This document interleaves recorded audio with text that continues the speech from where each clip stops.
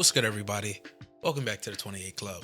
Today we're going to talk about Drake's new video, Nokia. So if you haven't already heard, the song is off of his new album, Some Sexy Songs for You.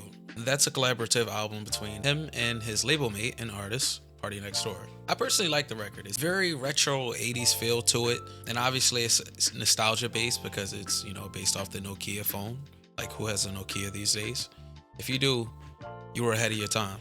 With that being said, this song was pretty dope. I would personally say that it's one of the fan favorites. I think it appeals to the people who like his records like Hotline Bling. Ironically, one of the people who helped him with his choreography for this video did Hotline Bling. The video was dope. Aesthetically, they opted to go for a black and white look, and I was pretty surprised at that, given the fact that Drake was doing a collaborative effort with IMAX.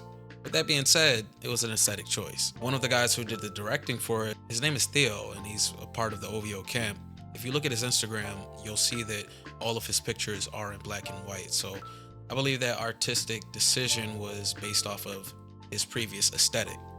I thought the video was fire. I'm gonna be honest with you. I thought the video was fire. So after the intro scene where you see the big old OVO Sound logo, there's a very interesting scene that pops up. He daps up his man like that, they're locked in, and if you look close, you're teasing with the Tupac ring. For those of you who don't know, that's something that Kendrick really wants to get.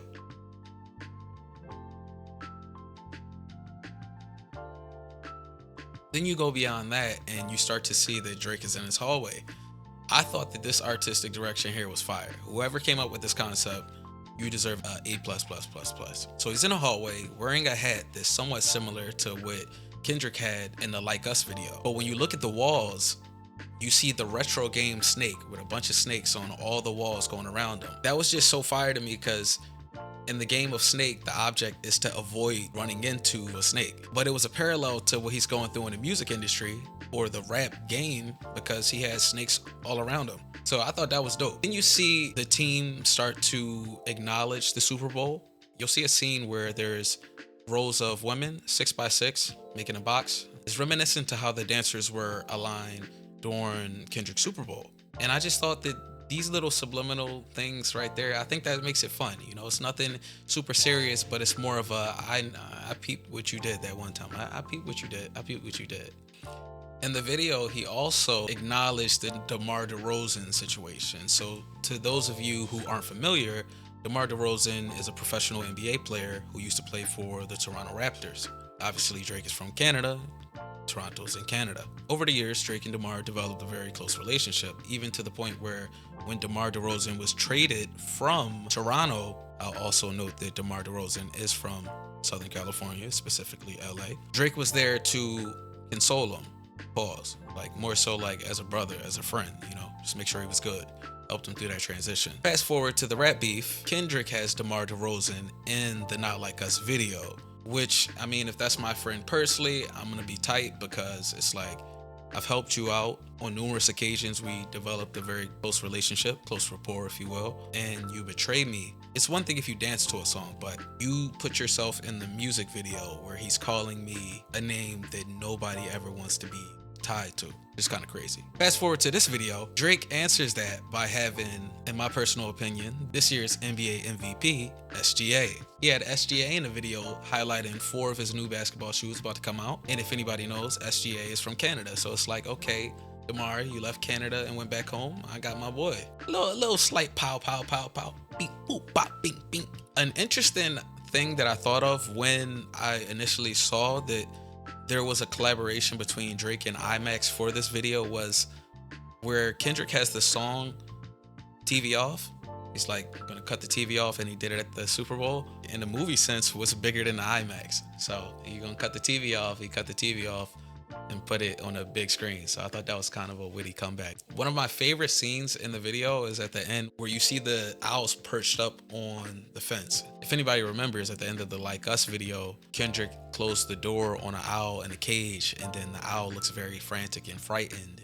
Kendrick turns his back and walks away. I thought this was a very interesting artistic decision to answer that by kind of alluding to the fact where it's just like, you got the wrong owl. That's not us. That's not me. I believe it was 6 of them.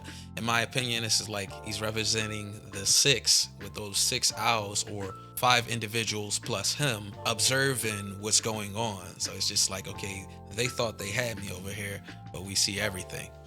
So that was dope. I love when 2 artists who are great with their pen allow their teams to visually do something artistic. Oftentimes these days in music or just media in general, a lot of people just rather go for the flash, the glitz, the glam, the materialistic aspect that highlights opulence instead of giving someone something to think about. I love the fact that Nokia came out when it did. We're going into the spring, weather's breaking, and I think that this is just like the first example of us realizing that fun music and rap is coming back. If you think about it, a lot of the major artists who were big trap rappers, they're either dead or incarcerated or on a steady decline. I'm not gonna say anybody's names, but I believe you all know what I'm referring to when I'm referring to the steady decline. We all have ears, we all see the same thing, we see the same people post the same things. However, incarceration seems to be prevalent as well. We see Dirk incarcerated, we got Yella Beezy incarcerated, YB just got out, Melly is still incarcerated, Casanova, Sue Surf. It's just not resonating anymore. Usually when it comes to trap music, it's just, okay, highlight the flashy stuff or show the nefarious activities that's going to get you booked. And unfortunately today, it seems like a lot of people are okay with telling after they get into that type of situation and going about their day like usual. So it's not really revered as much as it used to be. If anything, a lot of people would rather be a streamer and be able to live the same type of lifestyle as one of those rappers without having to suffer the consequences of the lifestyle they're trying to mirror in their art. A streamer like Kai Cenat, he's probably richer than most rappers, but at the same time, his audience still resonates with them because they can see themselves in them. And that's something that I feel like the audience no longer sees with certain segments of rap now. But with that being said, fun music is coming back because it's just like everybody realizes things are already so serious. We don't want to focus on that no more. That type of music isn't hitting as much, but at the same time, some people just want to have a good time. We got a million reasons to be upset out here, and it's been a long time since we had like a little bop where like everybody could just vibe. It ain't no nefarious activity. It's no crazy stuff that's super outlandish. You can't play it in certain areas. You could just hit like a little 2-step. You could have a get together. You could be chilling in the house. You could be in the car. You could play it around your parents, your kids, and still feel comfortable with it. We're seeing a shift in rap. A lot of the stuff that used to be cool, it's looking very corny now. A lot of people's mindsets are changed. Some of the people in certain subgenres of hip hop, especially the aggressive ones, their fans are growing up a bit, so the music's not really hitting the same anymore. It's hard to maintain that fandom when you're saying the same thing over and over and it's programming negativity. That same person who was cool with highlighting that type of stuff when they were younger, they get a little bit older, they have a kid, or they're trying to slow down in life. They may not fuck with it as much.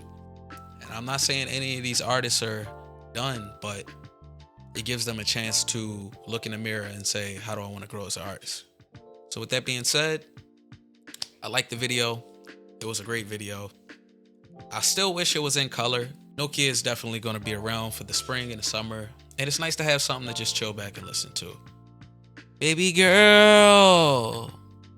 Yo, low-key, how he said baby girl and that like the guy who says it, he low-key sound like Kendrick. I ain't gonna lie. I felt like Drake, the last thing is, I feel like Drake was low-key trolling Kendrick. Like, okay, and Meet the Grams, you said, I got a baby girl. Where's the baby girl at? All right, y'all. Everybody have a blessed day. We got some new content coming out, as I always say. Show some love like an open heart. It don't take much to drop a like, a comment, a sub. It goes a long way. Check out our Discord. And we got some 28 Club merch out right now. If you scan this QR code to the right, you'll be taken right to the 28 Club store. You can look around. If you need a promo code, just let me know. Everybody have a blessed day. I'll talk to you soon. Jeez.